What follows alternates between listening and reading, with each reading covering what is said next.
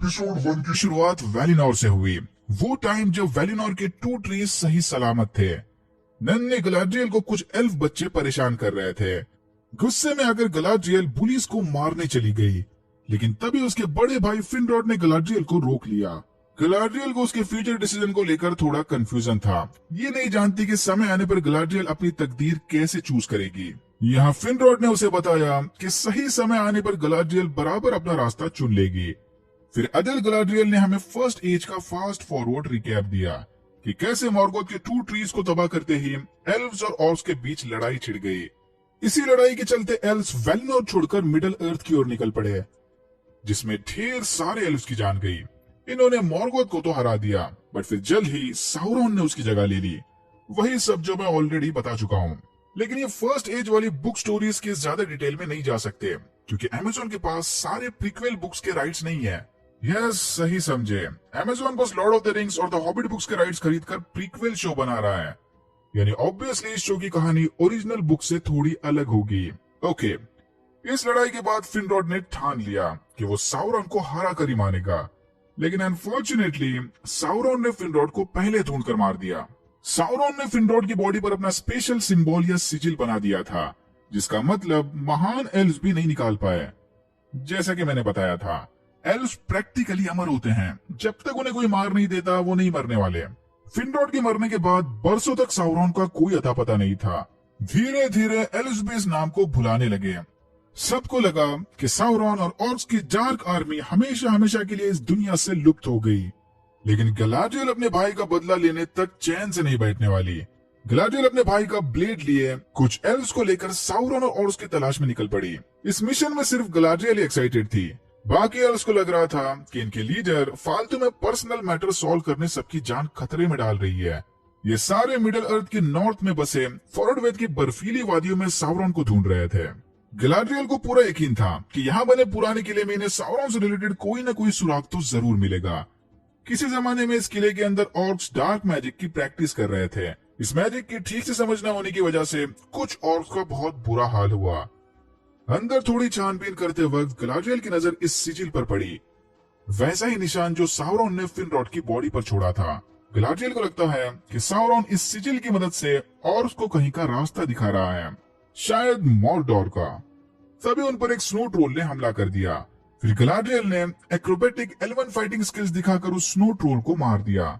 Galadriel को लगता है कि साउरॉन किसी सीक्रेट इलाके में छुपकर लड़ाई के लिए आर्मी जमा कर रहा है। इन्हें फौरन इस सिजिल को फॉलो करते हुए और ज्यादा नॉर्थ में जाना चाहिए, लेकिन सौंदर्य का मानना था कि साउरॉन ने शायद ये निशान सदियों पहले छोड़ा होगा। आज उसके पीछे टाइम वेस्ट करने से कोई फायदा नहीं। बाकी एल्व्स को भी सौंदर्य की बातें ज्यादा सेंसिबल लगी। उन्हें मिशन को यहीं रोककर घर वापस जाना था। गलाड्रियल को चाहिए तो वो अकेले सिजिल का पीछा करते हुए नॉर्थ जा सकती है। ये देखकर गलाड्रियल ने ना चाहते हुए भी इनके मिशन को यहीं रोक दिया।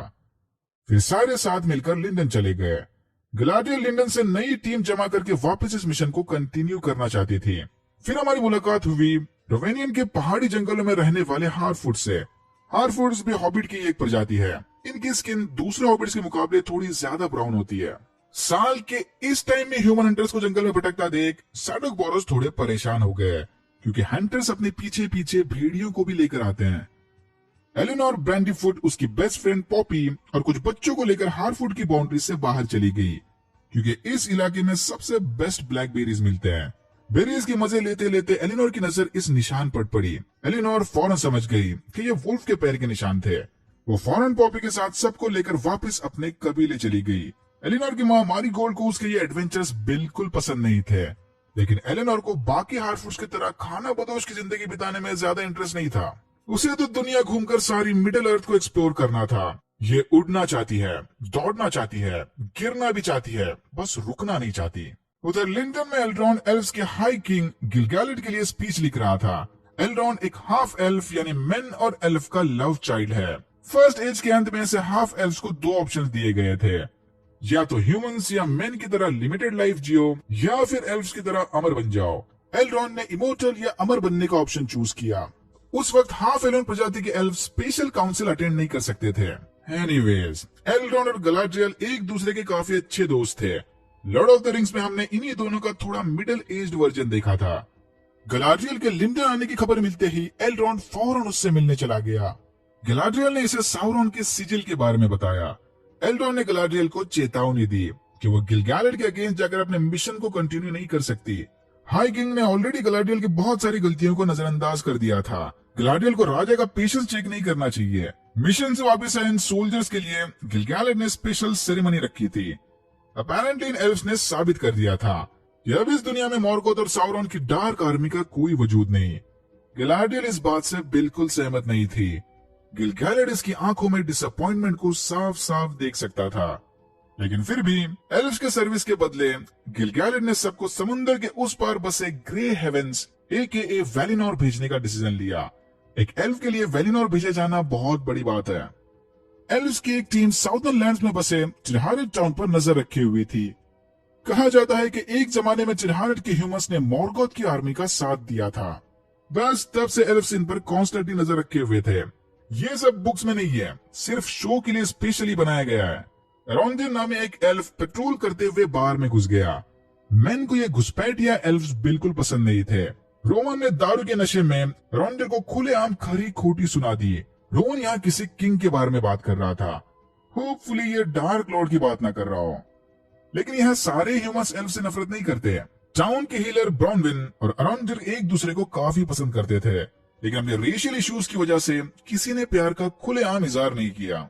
इस टाइप के हर कपल की तरह इनकी लव स्टोरी भी आसपास रहने वाले सबने भांप ली थी। ब्रॉनविन का एक बेटा भी है, थियो, बट इसका ह्यूमन हस्बैंड बरसों पहले उसे छोड़कर चला गया। फिर लिंडन से यहाँ के कमांडर को मैसेज मिला कि दुनिया से साउरॉन का निशान मिट गया, यानी साउरॉन अब कभी वापस नहीं आने वाला। कमांडर ने फौरन एक खबर सारे एल्व्स तक पहुंचा दी कि फटाफट सामान बांधो और ये गांव छोड़कर वापस अपने घर चले जाओ। चिरहानेट पर नजर रखने की इनकी ड्यूटी खत्म। ऑब्वियसली एरोंडिर इस डिसीजन से खुश नहीं था, क्योंकि टाउन से दूर जाना यानी ब्रॉनविन से दूर जाना। फिर से कमांडर रेवियन ने एरोंडिर को इनडायरेक्टली समझाया कि वो प्यार मोहब्बत वाली बातें भुलाकर जल्दी अपने घर चला जाए। एरोंडिर ब्रॉनविन को फाइनल गुड बाय बोलने उसके घर गया। इससे पहले कि अपने प्यार का इजहार कर पाए, वहाँ पर एक कस्टमर आ गया। ट्रेडविल की गाय चारा चरते चरते हॉडन टाउन तक भटक गई थी। जब से वो वापिस आई है, उसकी तबीयत कुछ ठीक नहीं लग रही। ट्रेडविल चाहता है कि ब्रॉनविन उसकी गाय के लिए कोई इलाज ढूंढ ले। गाय को चेक करते हुए एरोंडिर ने देखा कि उसकी बॉडी से दूध की बजाय ब्लैक गू निकल रहा था। ये देखते ही एरोंडिर समझ गया कि मामला कुछ तो गड़बड़ है। एरोंडिर अपनी टीम को छोड़कर छानबीन करने हॉडन की ओर निकल पड़ा। ब्रॉनविन भी उसके साथ चल दी। दूसरी तरफ ब्रॉनविन का बेटा थियो रोमन को चुपके से अपने बान में ले गया। बान के अंदर एक टूटी हुई तलवार छुपी थी। सरप्राइजिंगली इस तलवार पर भी बिल्कुल वैसा ही सिजिल बना था जो साउरॉन ने फिनरॉड की बॉडी पर बनाया था। ब्लेड को टच करने के चक्कर में रोन का हाथ कट गया। तलवार पर खून लगते ही थियो को ब्लैक स्पीच के विस्पर सुनाई देने लगे। ब्लैक स्पीच या dark tongue of Mordor Sauron ने स्पेशली अपने सपोर्टर से बात करने के लिए बनाई थी। वन रिंग के ऊपर एनग्रेव्ड टेक्स्ट भी ब्लैक स्पीच ही है। रास्ते में एरोंडिर ने ब्रॉनविन को बताया कि किसी जमाने में चिरहानेट के ह्यूमंस मॉर्गोथ के सपोर्टर्स थे, इसीलिए एल्व्स को यहाँ के ह्यूमंस पर ज्यादा भरोसा नहीं। ये सुनते ही ब्रॉनविन को काफी बुरा लगा कि एल्व्स पुरानी बातों को लेकर यहाँ के ह्यूमंस को अभी तक जज कर रहे हैं। हॉडन पहुंचते इन दोनों ने देखा कि ये टाउन अब पूरी तरह से जल के राख हो गया। फिर हमने देखा कि गलाडियल और उसके साथी बोट पर सवार वैलिनोर पैराडाइज जाने की तैयारी में थे। वैलिनोर का दरवाजा खुलते ही गलाडियल को उसके भाई की बातें याद आने लगी। समय आ गया है कि गलाडियल अपनी तकदीर खुद चुन ले। या तो ये वैलिनोर जाकर हमेशा हमेशा के लिए पैराडाइज में रहे, या तो यहीं रुककर दुनिया को आने वाले साउरॉन के खतरे से बचाए। एकदम लास्ट मोमेंट पर गलाडियल बोट से नीचे समुद्र में कूद गई, इंडिकेटिंग कि ये साउरॉन को हराने तक चैन से नहीं बैठने वाली। फिनरॉड का ब्लेड हमेशा गलाडियल को इस बात की याद दिलाता रहेगा। गिल-गैलेड ने एलरॉन्ड को कैलिब्रम्बर की मदद करने के लिए भेज दिया। कैलिब्रम्बर किसी स्पेशल इंपॉर्टेंट प्रोजेक्ट पर काम कर रहा था। तभी आसमान से एक मीटियोर आकर सीधा हार्टफुट्स के इलाके में गिरा। इस मीटियोर को सबने नीचे गिरते हुए देखा था। गिल-गैलेड को भी इंडिकेशंस मिल गए थे कि कुछ बुरा होने वाला है। एलिनोर एके नोरी चुपके से उस मीटियोर की लैंडिंग साइट पर चली गई।